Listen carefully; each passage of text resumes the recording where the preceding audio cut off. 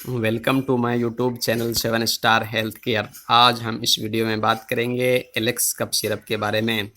इस वीडियो में हम जानेंगे एलेक्स कफ सिरप के डोज, यूज़ और साइड इफ़ेक्ट के बारे में, और इस वीडियो में जानेंगे एलेक्स कफ सिरप के कंपोजिशन के बारे में भी। सबसे पहले हम जानते हैं एलेक्स सिरप के कंपोजिशन के बारे में। एलेक्स सिरप का कंपोजिशन डेक्स्ट्रोमेथोफेरिन, फिनाइलेफ्रीन और क्लोरफेनिरामीन मैलिएट होता है। और अब हम जानते हैं इस सिरप के यूज़ के बारे में।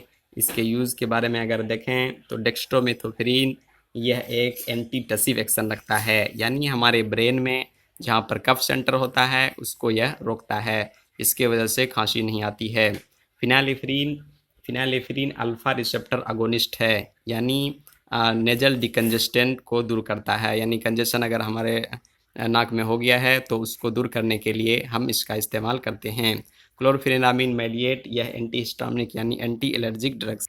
ये था एलेक्स सिरप के कंपोजिशन और यूज़। अब हम जानते हैं इसके साइड इफ़ेक्ट के बारे में। इसका साइड इफ़ेक्ट ये है कि अगर इसको हम लगातार लेते हैं तो इससे ड्रोजीनेस, मुंह सूखापन लग सकता है। ड्रोजीनेस यानी नींद ज़्यादा आ सकती है। और इसके बाद अब हम जानते हैं इसके डोज के बारे में। इसका डोज दिन में 3 बार 5 से 10 ml करके ले सकते हैं। जैसे अगर इसमें ढक्कन है तो इसे 5 ml करके 5 या 10 ml करके 3 बार सुबह, दोपहर, शाम ले सकते हैं। ये था कॉमन एलेक्स कफ सिरप के बारे में। मिलते हैं अगले वीडियो के साथ। Thank you for watching.